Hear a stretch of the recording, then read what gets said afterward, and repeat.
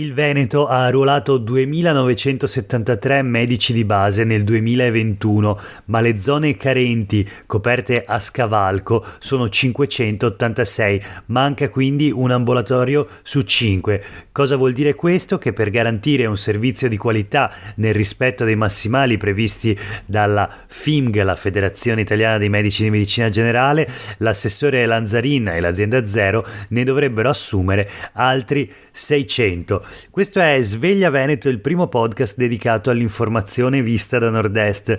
Io sono Jack Calcetto, oggi è mercoledì 16 novembre 2022. La prima notizia del giorno riguarda i problemi della sanità veneta, in particolare i medici di base. Ne mancano 600 in Veneto e considerato il massimale di 1.800 pazienti per ogni medico di base, il più alto massimale d'Italia, i conti sono presto fatti. Potenzialmente oltre 1 milione di veneti rischia di essere scoperto di non avere il medico di base. I consiglieri regionali del Partito Democratico hanno redatto un dossier. Le zone carenti coperte a scavalco sono appunto 586. Cosa significa? Che nel momento in cui una zona è carente, cioè manca il medico di base, i cittadini naturalmente non restano scoperti dal servizio, almeno teoricamente gli viene assegnato un altro medico di base appunto a scavalco.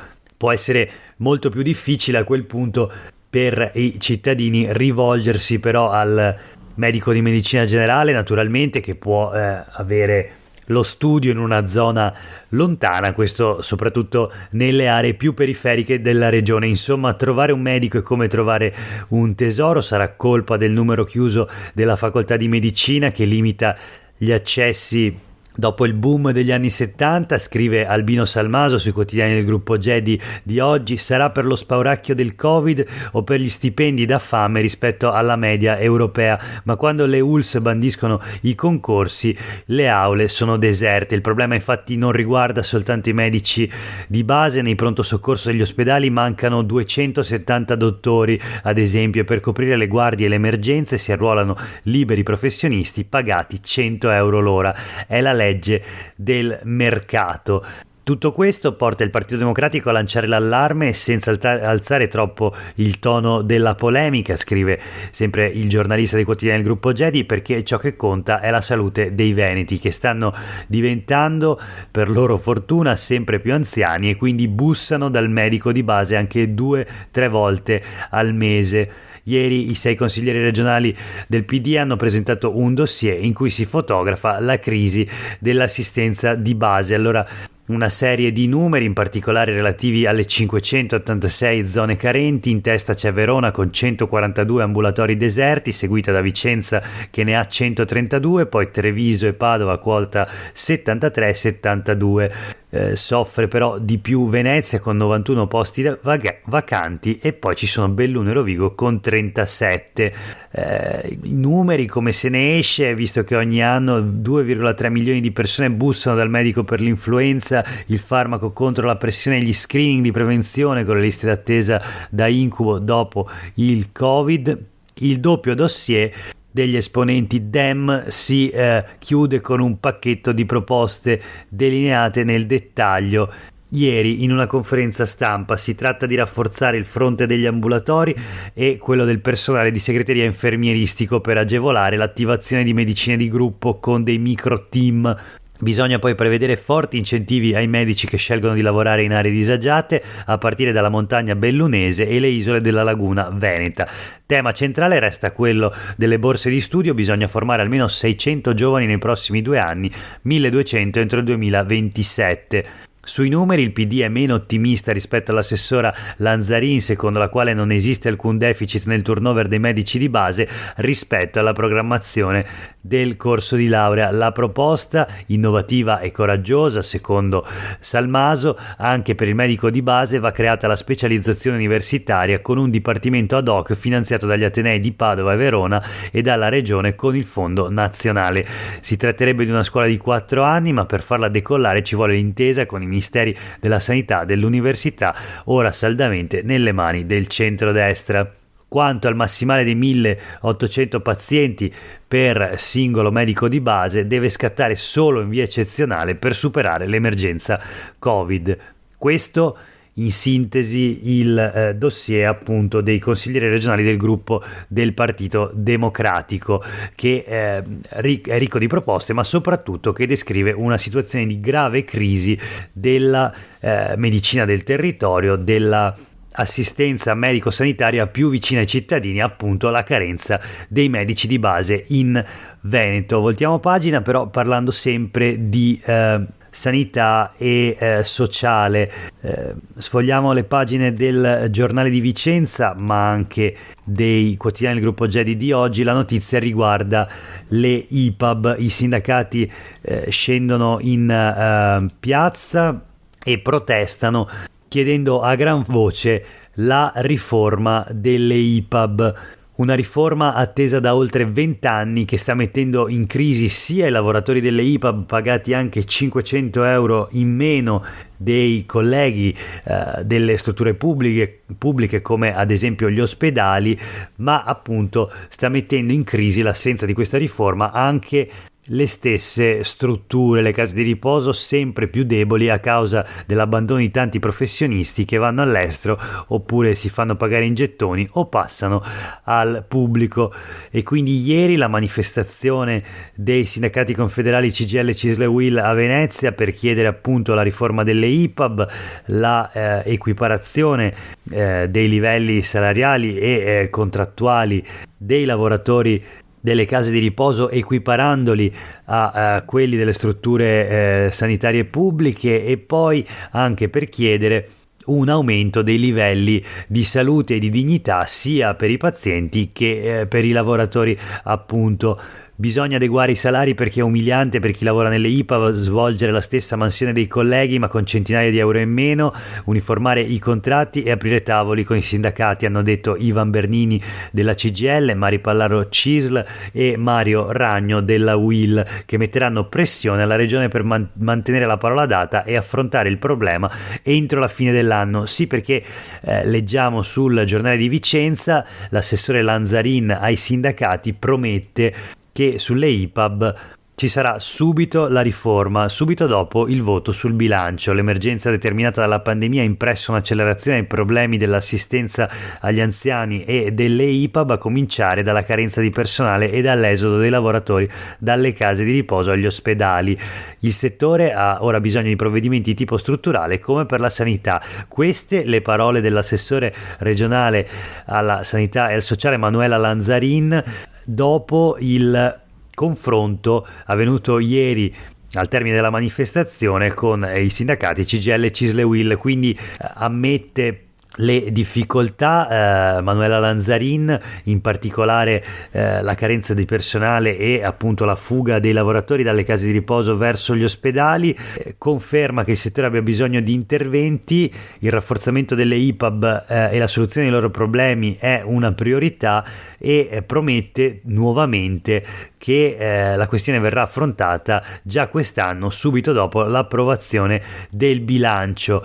Torniamo sui quotidiani del gruppo Gedi perché l'opposizione in Consiglio regionale non ci crede ed è critica da parte dei consiglieri regionali Erika Baldin dei 5 Stelle, che dichiarano: nonostante le promesse di Zaia e Lanzarin, la proposta di legge per la riforma delle IPAB non è ancora arrivata in commissione. E anche i consiglieri regionali del Partito Democratico le fanno eco: i livelli salariali vanno adeguati e va garantito uno status diverso alle strutture escluse da importanti stanziamenti al momento. Questo per quanto riguarda appunto la riforma delle IPAB. Ultima nota: IPAB significa istituzioni pubbliche di assistenza e beneficenza. Il sistema delle IPAB è stato riformato a livello nazionale nel 2001 ed è da allora che si attende la riforma regionale che dovrebbe recepire appunto i contenuti di quella nazionale. Sono passati più di 20 anni, il Veneto è l'unica regione a non aver ancora riformato le IPAB. Da questo nascono tutta una serie di problemi, naturalmente, come quelli denunciati ieri in piazza dai sindacati CGIL, CISL e UIL.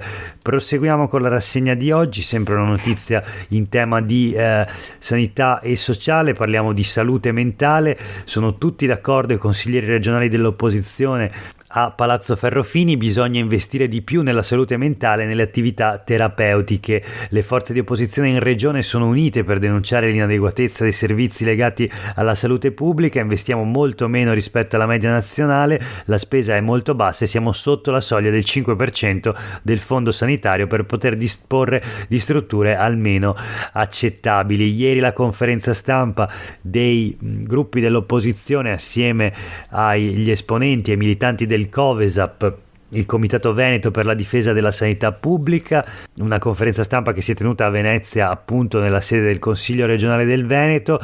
Il PD, la regione Veneto, è penultima a livello nazionale sul fronte delle risorse per le patologie legate alla salute mentale. Non raggiungiamo la percentuale minima fissata dallo Stato e nella prossima manovra di bilancio bisogna superare almeno la soglia del 4%. Erika Baldin del Movimento 5 Stelle ha ricordato la presentazione alla Giunta regionale di un progetto di legge sul servizio di pedagogia e psicologia scolastica per la promozione del diritto all'educazione e allo studio, dell'innovazione didattica e del benessere della persona. Proponiamo che in tutte le scuole di ogni ordine e grado venga istituita un'equipe multidisciplinare in grado di trattare possibili disagi mentali degli studenti e non solo, di tutta la comunità scolastica. Questo per quanto riguarda la salute mentale dei più giovani a partire dalle scuole. La notizia appunto sui quotidiani del gruppo Gedi di oggi. Voltiamo pagina. Sul Gazzettino il sondaggio di Demos, osservatorio sul nord-est: costi dell'energia e inflazione spaventano 6 su 10. A nord-est il 32% degli interpellati preoccupato dal boom di bollette e carburanti, quasi la stessa percentuale, il 28%, per l'impennata dei prezzi. Soprattutto i più giovani sono preoccupati per l'aumento dei costi dell'energia e dell'inflazione. Poi c'è l'Italia in recessione e la guerra in Ucraina, tra i pensieri e le preoccupazioni dei cittadini del nord-est. Il fattore anagrafico pesa perché appunto i più giovani sono molto più preoccupati per l'inflazione e per i costi energetici, mentre la fascia tra i 55 e i 64 anni è altrettanto preoccupata per la recessione a livello nazionale e per la guerra in Ucraina. Voltiamo pagina, torniamo sui quotidiani del gruppo Gedi. La transizione energetica in Veneto. Parliamo delle trivelle, scendono in campo anche i pescatori e dicono: il mare è da tutela UNESCO, altro che trivelle. La regione e gli operatori del settore sostengono l'iniziativa per dichiarare la pesca nell'Adriatico patrimonio immateriale dell'umanità. Come le colline venete del Prosecco, anche l'attività dei pescatori mira quindi al riconoscimento. I pescatori non hanno dubbi: non vogliamo le trivelle nel nostro mare, ma invece vogliamo che la pesca venga riconosciuta come patrimonio immateriale dell'umanità. E i partiti cosa ne pensano? Scrive Albino Salmaso sui quotidiani del gruppo Gedi. Tutti tifano UNESCO. Abbiamo le dichiarazioni di Marco Dolfin, consigliere regionale della Lega, che dice: con questa iniziativa vogliamo difendere realtà come Caorle, Burano Venezia, Pellestrina Chioggia fino a Sacca degli Scardovari per dare un futuro a migliaia di pescatori. Gli fa da controcanto Erika Baldin del Movimento 5 Stelle, che vive a Chioggia e rincara la dose. Le trivellazioni in Alto Adriatico sono in palese contraddizione con la candidatura della pesca come patrimonio immateriale UNESCO. Non ho alcun dubbio da che parte stare: dalla parte dell'economia di Chioggia, del litorale veneto, che arricchisce tutta la regione. Lunedì scorso ho presentato una mozione, ricorda la consigliera pentastellata, per dire chiaramente che siamo contrari alle trivelle del governo Meloni. Anche Zaia è per il no, venga in aula e voti la mia mozione. Questo per quanto riguarda le trivelle, tema assolutamente oggetto di dibattito in questi giorni, nonché di grandi contraddizioni interne al centrodestra, visto che a proporre il via libera, anzi a stabilire di fatto il via libera a nuove trivelle in Adriatico, è il governo Meloni, mentre esponenti locali del centrodestra hanno espresso la loro contrarietà. È già il primo litigio appunto interno alla maggioranza di governo. Ma noi voltiamo pagina e proseguiamo con la nostra rassegna stampa locale. Parliamo dei giochi invernali 2026, una notizia flash sul Gazzettino, è il caso del Bob, sono raddoppiati i costi, il Bob che si dovrebbe costruire a Cortina naturalmente, ma visto l'aumento delle spese previste, appunto, l'ipotesi è quella di tornare a valutare Innsbruck. Zaia scrive a Malagò e al ministro, con la crisi le spese sono lievitate da 55 a 80 milioni di euro, diteci se confermare la pista di Cortina o se considerare altre possibili soluzioni, e specifica la Regione Veneto si adeguerà per quanto di competenza alla scelta definitiva. Insomma, è la vicenda veramente molto travagliata della pista da bob di Cortina, una pista criticatissima, un progetto criticatissimo dagli ambientalisti, di cui abbiamo parlato più volte in questo podcast. Chiudiamo con altre due notizie flash.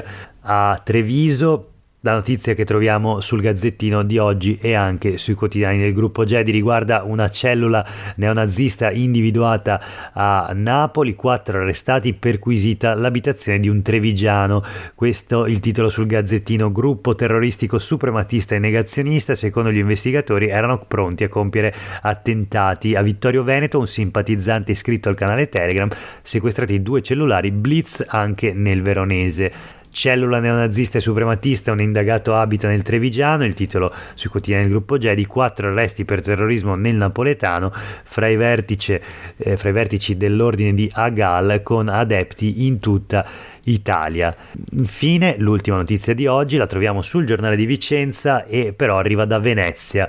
Nebbia in laguna, ferryboat si scontra con un vaporetto, solo un ferito leggero, danni ingenti però per il mezzo della CTV. Ecco, per oggi è davvero tutto, grazie per aver ascoltato questa puntata di Sveglia Veneto, a tutte e tutti voi una buona giornata.